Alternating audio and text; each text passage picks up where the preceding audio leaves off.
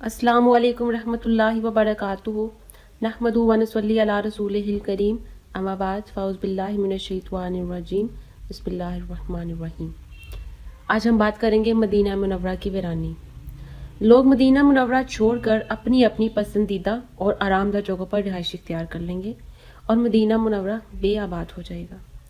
बुखारी में रवायत है कि हज़रत सफ़ियान बिन अबू ज़हीर रज़ियल्लाहु तआला अन्हु कहते हैं कि मैंने रसूलुल्लाह सल्लल्लाहु अलैहि वसल्लम को फरमाते हुए सुना, यमन फतह होगा और वहाँ से कुछ लोग सवारी के जानवर लाएंगे और अपने अहलो अयाल ने जो इनकी बात मान लेंगे इन्हें बिठाकर अपने साथ यमन ले जाएंगे।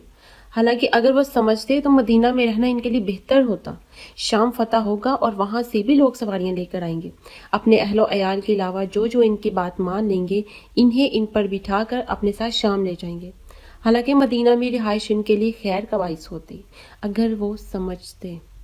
और जब इराक फतह होगा तो लोग वहाँ से सवारियाँ लेकर आएंगे और अपने अहलो अयाल के साथ इन लोगों को भी ले जाएंगे जो इनकी बात मानेंगे। हालांकि वो समझते तो मदीना रिहाइश इख्तियार करना इनके हक में बेहतर होता। क़यामत के करीब मदीना मुनव्वरा वहशी जानवरों, दरिंदों और चरिंदों का मस्कन बन जाएगा।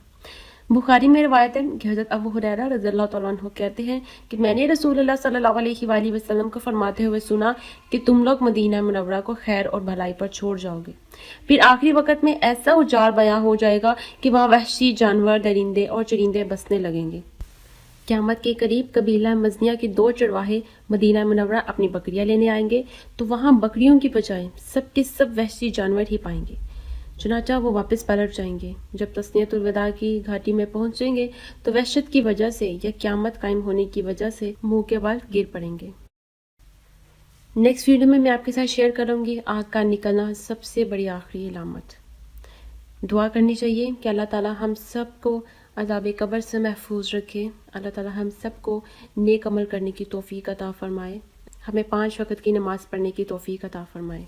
आमीन सुम आमीन। अस्सलामु अलैकुम रहमतुल्लाहि व बरकातुहू।